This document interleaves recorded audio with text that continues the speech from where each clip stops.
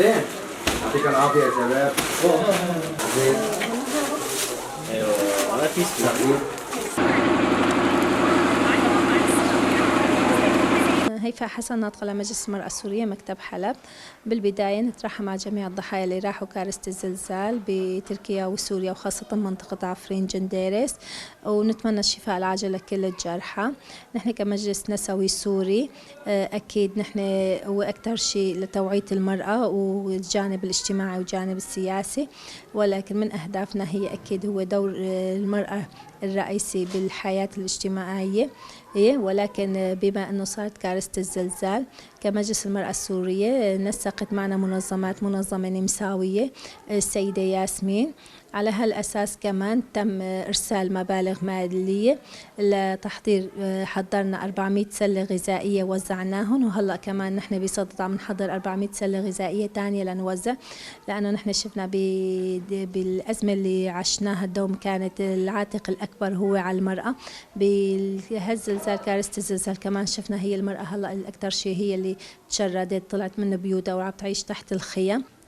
هلا نحن المشكلة مو بالزلزال اللي صار، مشكلتنا كان انه نحن شفنا انه الحصار اللي كان موجود قبل الزلزال على حيي الشيخ مقصود والاشرفية، وللاسف لهلا هالحصار موجود لانه منع دخول المساعدات او المساعدات اللي عم بتفوت على الحي. كتير مساعدات بتكون قليلة، يعني ما بتكون هالمساعدات اللي عم تغطي الشعب الموجود، لانه حي الشيخ مقصود عن جد احتضن جميع الفئات، يعني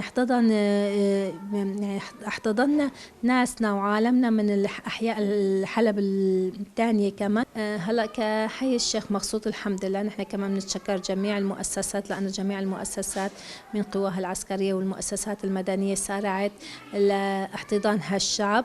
من هالشي بنشوف إنه كانت الضحايا يعني كانت قليل العدد بس 6، وما بنتمنى يكون أكثر، ولكن كان في أضرار مادية ومعنوية كتير، يعني هلا الأطفال عم بيخافوا. نحن كمان بتوزيعنا يعني نحن كمجلس نسوي حبينا نساهم بعمل إنساني وذاتي. أكيد نتشكر كل المبادرات الإنسانية اللي بتمد إيدها لتقدر تساعد هالشعب، وبالأخص لنقدر نساعد المرأة. ذاتي نحن سلاتنا الغذائية بتتضمن بقوليات وبتتضمن معلبات، وبما يكفي يعني إنه يكون في كفاية للبيت. من هون من هالمنبر كمان كمجلس المرأة السورية نتشكر جميع المبادرات الشخصية والمبادرات الإنسانية اللي اجت على الحي وساعدت هالحي، وبنتمنى انه ثاني مرة ان شاء الله كلياتنا ايد بايدنا نقدر نتغلب على هالأزمة الاقتصادية، ونقدر نوصل لكل النساء ونكون معهم. نحن كمان كمجلس المرأة السورية اكيد مع كل النساء ماديا ومعنويا، كل شيء بيطلع من ايدينا فينا نساعدهم وما بنقصر، وبنقول يعني ان شاء الله عودة كل النساء لبيوتها.